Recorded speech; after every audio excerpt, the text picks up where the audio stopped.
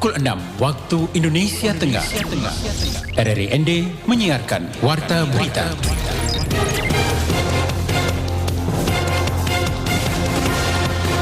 Selamat pagi saudara, Anda kembali mendengarkan Warta Berita Daerah edisi hari ini Selasa 14 Maret 2023. Sari Berita.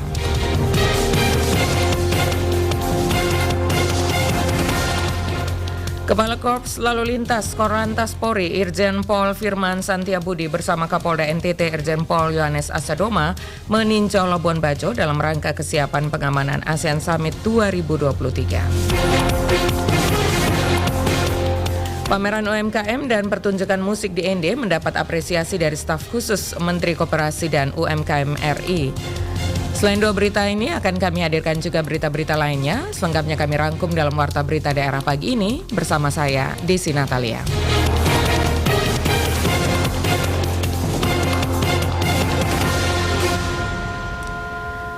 Kita mulai berita pertama, pendengar. Kepala Korps Lalu Lintas Korlantas Polri Irjen Pol Firman Santiabudi bersama Kapolda Nusa Tenggara Timur Irjen Pol Yohanes Asadoma didampingi Kabak Ops Korlantas Polri Kombes Pol Edi Junaidi meninjau Labuan Bajo Nusa Tenggara Timur dalam rangka kesiapan pengamanan ASEAN Summit 2023. Laporan disampaikan Veranda Garus.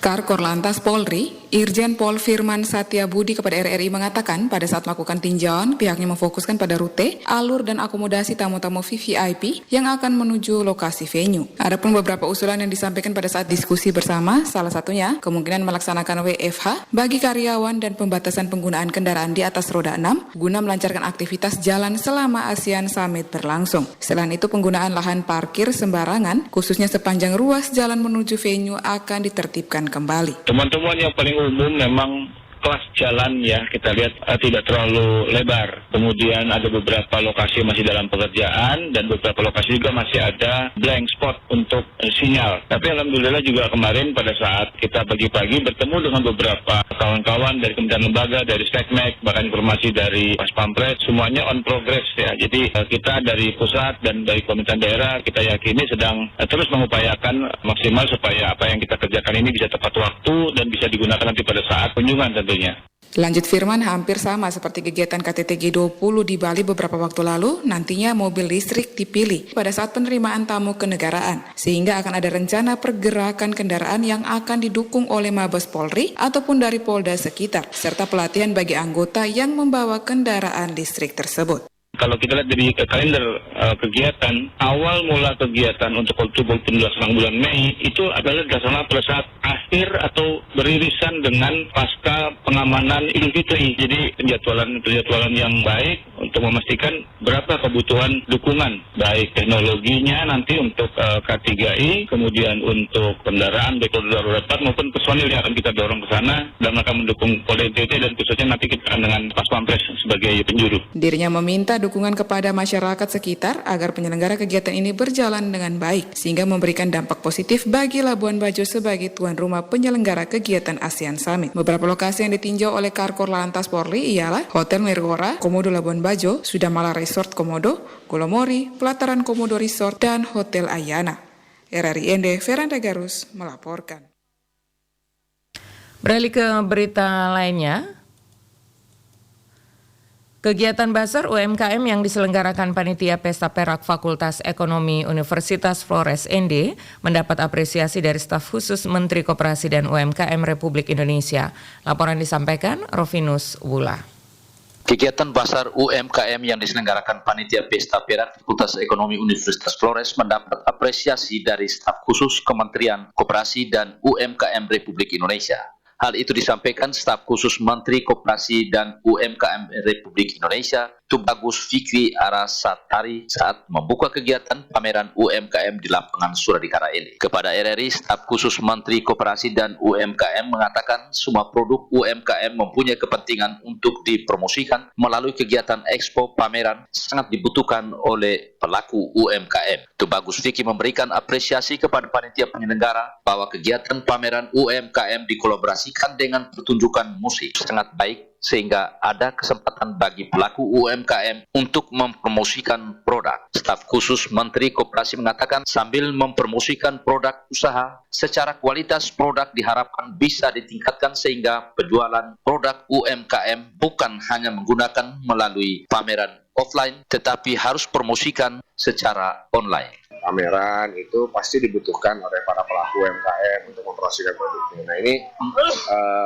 saya dengar kan ini dikolaborasi dengan pertunjukan musik, sehingga ada kesempatan buat pelaku UMKM di ND untuk mempromosikannya lebih luas lagi. Tentunya ini sangat baik, tapi tentunya kita ingin berharap ini bisa konsisten dilakukan, sehingga dari para pelaku UMKM ini juga sudah tahu jadwal dan sudah mempersiapkan stoknya. Nah, sambil jalan secara kualitas produk juga kita berharap kita bisa tingkatkan. Mengenai kualitas produk UMKM yang dipamerkan, staf khusus Menteri Koperasi mengatakan ada sejumlah produk sudah mempunyai potensi tetapi masih ada sebagian produk perlu ditingkatkan. Ke depan untuk meningkatkan produk berkualitas, para pelaku UMKM diharapkan harus bekerja sama sehingga usahanya bisa berkembang. Sebagai bentuk dukungan kepada para pelaku UMKM dalam kegiatan pameran, staf khusus Menteri Koperasi juga membeli sejumlah produk yang dipamerkan seperti selendang, baju yang tentunya sesuai dengan selera. RRI Endervinus Pula melaporkan.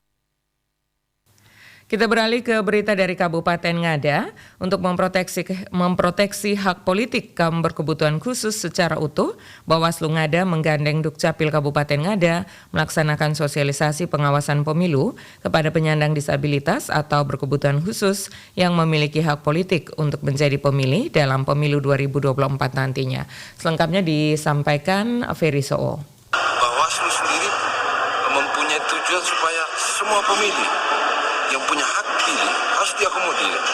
Bawaslu Ngada bekerjasama dengan Dinas Kependudukan dan Catatan Sipil Kabupaten Ngada melaksanakan sosialisasi pengawasan pemilu kepada penyandang disabilitas atau berkebutuhan khusus yang merupakan siswa-siswi sekolah luar biasa yang memiliki hak politik untuk menjadi pemilih dalam pemilu 2024 nanti. Pemberian materi terkait pentingnya keterlibatan kaum berkebutuhan khusus untuk terlibat secara aktif dalam pemilu merupakan langkah bijak dan tepat untuk memberikan kesempatan yang sama serta setara dengan masyarakat lainnya dalam menentukan pilihan politik sesuai Undang-Undang Pemilihan Umum. Ketua Bawaslu Kabupaten Ngada, Sebastianus Fernandes menjelaskan bahwa penghormatan dan penghargaan kepada kaum berkebutuhan khusus merupakan pengakuan negara akan eksistensi mereka sebagai warga negara yang memiliki hak politik yang sama dengan warga negara Indonesia lainnya. Bawaslu sendiri mempunyai tujuan supaya semua pemilih yang punya hak pilih harus diakomodir.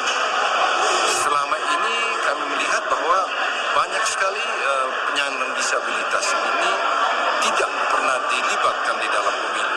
Oleh karena itu, khusus di Kabupaten Ngada, kami sudah beberapa kali melakukan kegiatan dengan disabilitas.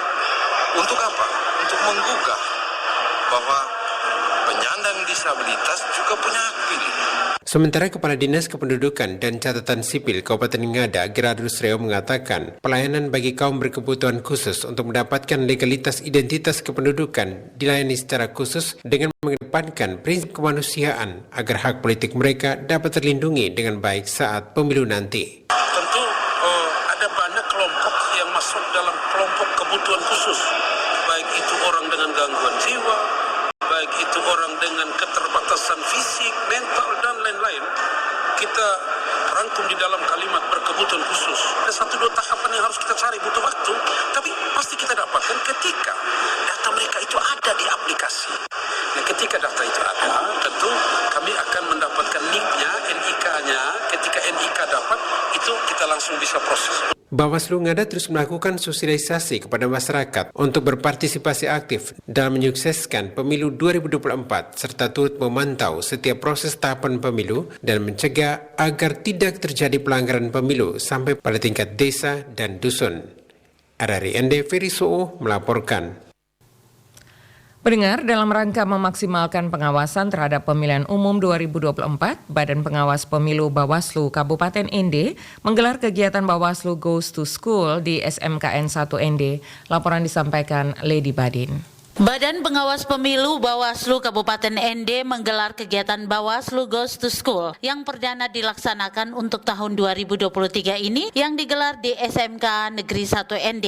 Ketua Bawaslu Kabupaten ND Dr. Nasir Bekoten MPD mengungkapkan kegiatan Bawaslu Goes to School merupakan agenda nasional yang memang dilaksanakan oleh seluruh Bawaslu se-Indonesia. Nasir Koten mengungkapkan bahwa untuk Kabupaten ND Bawaslu Goes to School ini perdana dilaksanakan di SMKN 1 ND dan adapun tujuan dari program tersebut untuk memberikan sosialisasi pengawasan pemilu bagi masyarakat khususnya bagi para pemilih pemula di mana para pemilih pemula ini diedukasi tentang sistem pemilu serentak, potensi pelanggaran pemilu dan apa yang harus dilakukan dalam partisipasi pengawasan pemilu. Jadi ini agenda nasional, sosialisasi pengawasan pemilihan umum di sekolah-sekolah itu agenda nasional. Go to school itu artinya kita temui pelajar sebagai salah satu mitra Bawaslu. Sekolah juga ambil bagian untuk melakukan kegiatan-kegiatan atau ikut serta mensukseskan pemilu serentak 2024. Tujuan untuk memberi pemahaman, edukasi kepada pemilih pemula. Tujuannya adalah melakukan sosialisasi, paling tidak kita berikan pengetahuan, pemahaman tentang pemilu serentak ke depan itu seperti apa. Animonya cukup tinggi. Ada keinginan untuk kegiatan ini jangan hanya berhenti hari ini. Saya lihat dari awal sampai dengan seksi tanya jawab itu keinginan untuk bertanya itu tinggi. Ke depan mereka ini kita jadikan sebagai tonggak untuk pelaksanaan pemilu ke depan. Karena mereka diberi bekal seperti ini paling tidak pengetahuan dasar tentang itu. Sementara itu, Wakil Kepala Sekolah Bidang Kesiswaan SMK Negeri 1 ND, Kosmas Damianus Resi mengungkapkan bahwa atas nama Kepala Sekolah dan seluruh jajaran akademis berbangga dan mendukung pelaksanaan Bawaslu Goes to School di sekolahnya. Dirinya juga berharap dalam upaya sosialisasi pengawasan partisipatif, khususnya bagi para pemilih pemula, kegiatan tersebut sangatlah positif bagi anak didiknya. Tentunya mewakili Kepala Sekolah SMK Negeri 1 ND, kami tentunya merasa bangga dan mengucapkan terima kasih untuk pihak Bawaslu yang sudah mempercayakan SMK Negeri 1 ND sebagai sekolah pertama yang dikunjungi dalam program Goes to Campus ini. Bahwa anak-anak juga terlibat dan ini menjadi kebanggaan juga karena meskipun ini pertama dan mereka rata-rata itu memang pemilih pemula, tetapi daya tangkap mereka dan pengetahuan mereka ini menggambarkan bahwa mereka memang juga melek tentang politik sendiri, melek juga tahu sadar bahwa mereka ke depan itu akan menjadi tonggak pemilih untuk pelaksanaan pemilu. Kegiatan Bawaslu Goes to School ini diikuti oleh anggota OSIS SMKN 1 ND dan juga para guru serta Panwascam dari Kecamatan ND Timur. RRI ND Lady Badin melaporkan. Anda sedang mendengarkan Warta Berita Produksi RRI ND. Dalam program pendanaan dan penandaan dan pendataan hewan ternak di tahun 2023, sapi dan kerbau di Kabupaten Sika akan dipasang AirTag Secure QR Code pada daun telinga ternak. Laporan disampaikan Su Imam.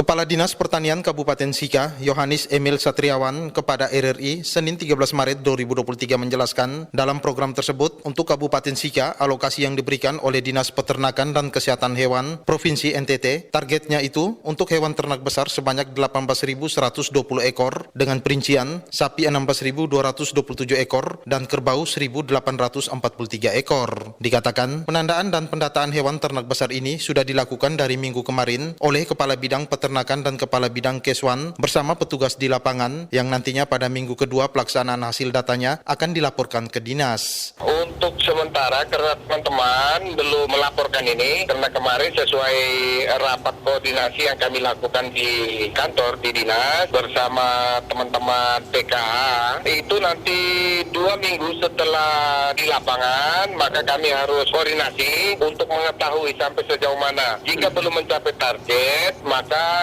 kita harus turun lagi. Lanjut, Emil Satriawan menuturkan terkait dengan dilakukan program penandaan dan pendataan menggunakan AirTag Secure QR Code yang dipasang pada daun telinga ternak memang terbilang baru bagi peternak, namun dalam pelaksanaan di lapangan semuanya berjalan lancar dan tidak mendapatkan kendala yang berarti. Kalau untuk teknisi yang di lapangan, saya ini kan punya petugas kesehatan hewan, itu di setiap kecamatan itu ada, bahkan ada yang di desa juga ada. Nah ini yang kami kemarin sudah menugaskan ke teman-teman ini supaya artinya turun memberikan pemahaman edukasi kepada pemilik ternak sehingga mereka mau agar ternaknya ini diberi penandaan ini. Karena baru maka tidak heran ada pemilik ternak yang enggan setelah diberikan pemahaman, diberikan edukasi, diberikan sosialisasi akan mereka paham bahwa oh ini tujuan dari kegiatan ini adalah yang seperti ini. Ditambahkan kepada para peternak, manfaat daripada program penandaan dan pendataan ternak ini antara lain untuk memberikan informasi dasar tentang status kepemilikan ternak yang dipelihara dan yang akan diperjualbelikan, serta dapat memberikan gambaran tentang populasi ternak yang nyata terlokasi.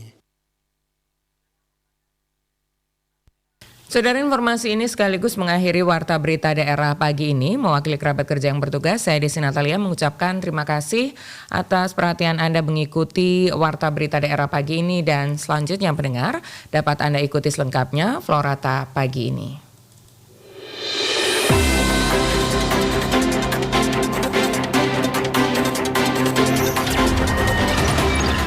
Terima kasih Anda telah mendengarkan Warta Berita Produksi RRI ND.